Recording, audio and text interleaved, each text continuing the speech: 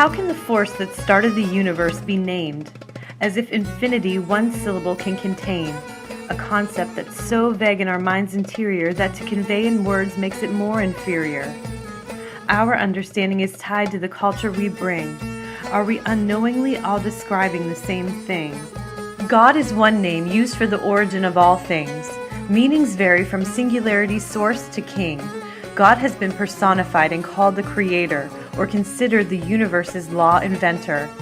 We've reasoned God is everlasting and eternal, that God rolled out the current space and time interval. The source, or what came before the singularity, that expands as infinite matter and energy, a force in the universe that is all-pervasive, a force that is perfect, sovereign, and all-inclusive. Rational knowledge has increased to an all-time high, yet who's wiser for knowing the how and not the why? Experience and learning, combined for centuries, tries to name and explain the phenomena we see. There are a few laws of nature, and there are forces, like gravity, that warp space to hold orbits' courses. Without thinking about these laws, they're impacting you. You don't need to understand them or believe they're true. Newton's third law of motion says that every action, like cause and effect, has an opposite reaction.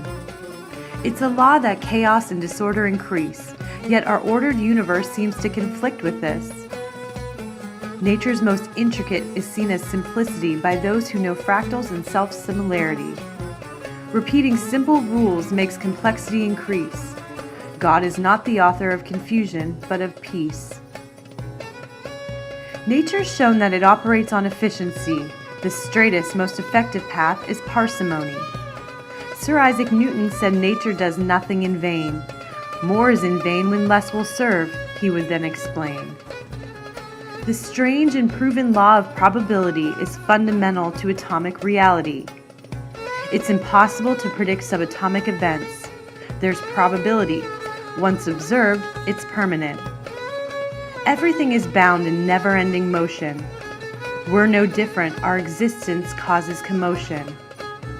The Zohar spoke of participant observation, reality shaped by the mind and expectation. We contribute to the universe's energy, which has inexplicable connectivity. Knowing they would not offend the universe's cause, the prophets all try to teach the universe's laws, like cycles and spectrums, destruction and creation, how everything's really joined through interconnection, how we're equipped like gods with creative potential, and how our place in nature is experiential. Hindu, Buddhist, and Tao religions seek transcendence, to find interconnectedness, not independence, aiming for enlightenment with the realization that all things collectively are but one creation. This is difficult for minds with the propensity to divide everything up in multiplicity. Eliminating these thoughts erodes the illusion. Eventually, minds are cleared for a new conclusion. Love and service to all is the enlightened life course, achieved by recognizing the pervasive life force. Cultures with an all-enduring connection to nature diagnose the world's suffering and offered a cure. Saying life's a river, all you need to do is float, makes non-action sound like an effortless antidote. Yet combating human nature is never easy. You must let go to float, and clinging is our tendency. We're powerless to resist a river's changing course, and the fight will exhaust until you realize the source. A sea of seasons unfurled in a rhythmic pattern, one turns to many, then to one the many return. In a universe where energies flow and change form, incessant motion, change, life, death, and birth is the norm. Abracadabra is said before a magic trick. It means I create as I speak in Aramaic. While the creation of speech begins with our thoughts, thoughts have power to become things is what this phrase taught. Our thoughts are not trapped in our skull's interior. Our thoughts compose beliefs which dictates our behavior. Transmitting thoughts emits measurable energy. Evidence of thoughts can be seen with an EEG. Thoughts are very powerful. We can choose to achieve. And everything is possible for him who believes. Knowing the strength of your thoughts, you should be thinking more about what is honorable, just, lovely, and pure. Jesus taught that the kingdom of God is within you. God is within each of us is a thought that's Hindu. You are God yourself, the Buddha tried to enlighten. Christians believe the spirit is the God force in man.